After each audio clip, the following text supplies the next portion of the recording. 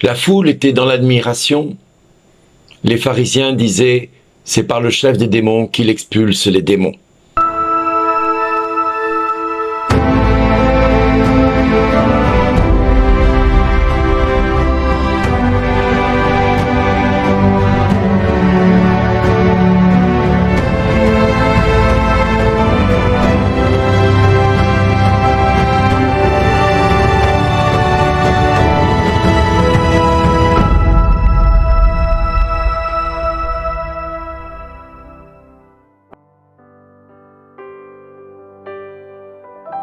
Bonjour les amis, l'évangile de ce jour nous parle de ce que les pharisiens sont capables de dire quand ils voient Jésus libérer un possédé qui était incapable de parler jusque-là.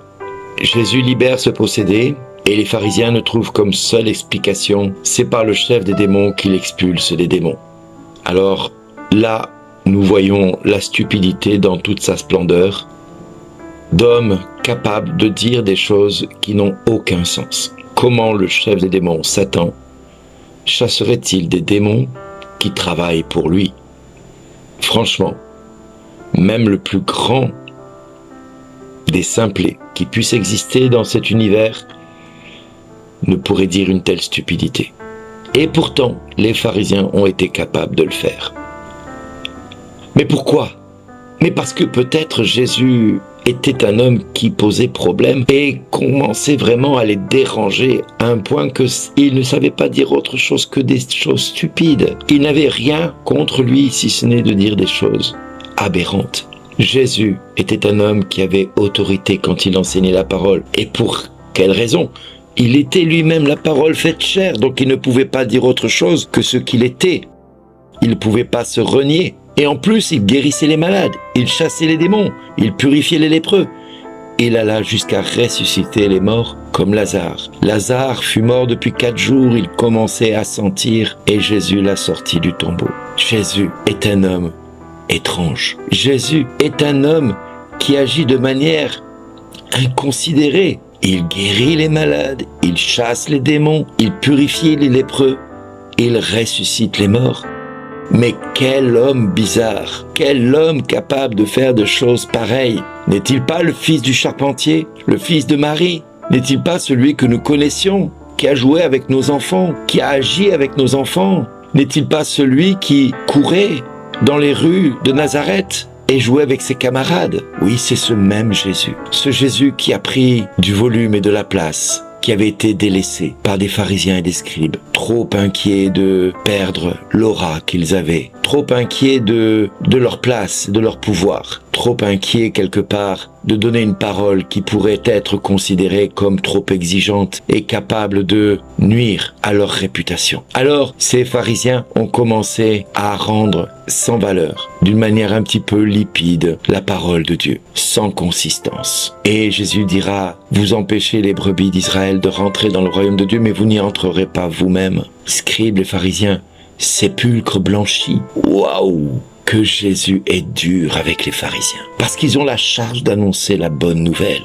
Ils ont la charge d'annoncer la parole de Dieu dans son intégralité, sans y faire la moindre virgule, ni même le moindre point. Jésus va être dur avec les pharisiens. Parce qu'ils ont la charge du peuple et au lieu de faire paître le troupeau et de le conduire sur des verts pâturages, les conduire vers l'éternité, il les égare, il les prive de la connaissance, il les prive de tout ce dont ils auraient besoin pour avancer. Alors, nous pouvons voir aujourd'hui, dans notre société actuelle, les mêmes pharisiens qu'à l'époque. Qu'ils soient diacres, qu'ils soient prêtres ou évêques, beaucoup ont renoncé à la charge qui était la leur, celle de prendre la parole de Dieu telle qu'elle est écrite dans la Bible et de la transmettre dans son intégralité, sans y enlever la moindre substance, sans y enlever la moindre consistance qui fait d'elle une parole radicale, exigeante, intransigeante, sans compromission. Oui, beaucoup ont renoncé à cela par peur du monde, par peur de l'esprit du monde, par peur de déplaire à une partie de la population qui se disent croyants, qui se disent chrétiens, qui se disent pratiquants, mais qui n'acceptent pas d'être redressés, corrigés, exhortés avec exigence. La parole de Dieu n'est pas là pour plaire, elle est là pour nous donner la vérité qui va nous rendre libres. Alors Père, tu as permis à ton Fils de nous transmettre une parole exigeante, radicale, pour que nous puissions la proclamer, pour que nous puissions l'annoncer au-delà de tout ce qui pourrait être cohérent, humaniste, tangible, de manière humaine. Non, cette parole, elle fonctionne à contre-courant de ce que le monde voudrait entendre. Cette parole nous appelle à être témoins de la vérité. Père, je te prie pour ton peuple ici, rassemblé autour de ces 7 minutes, qu'il puisse, à son tour, confesser le Père, le Fils et le Saint-Esprit avec autant d'exigence que ton Fils a voulu nous l'enseigner. Oh oui, Père, apprends-nous à mettre de l'exigence dans notre engagement de croyants, que nous soyons déterminés, engagés, mais également souples pour pouvoir entendre cette parole et la mettre en pratique. Oh oui, Père, ton Fils nous a enseigné, soyez parfaits comme votre Père est parfait. Soyez saints comme votre Père est saint.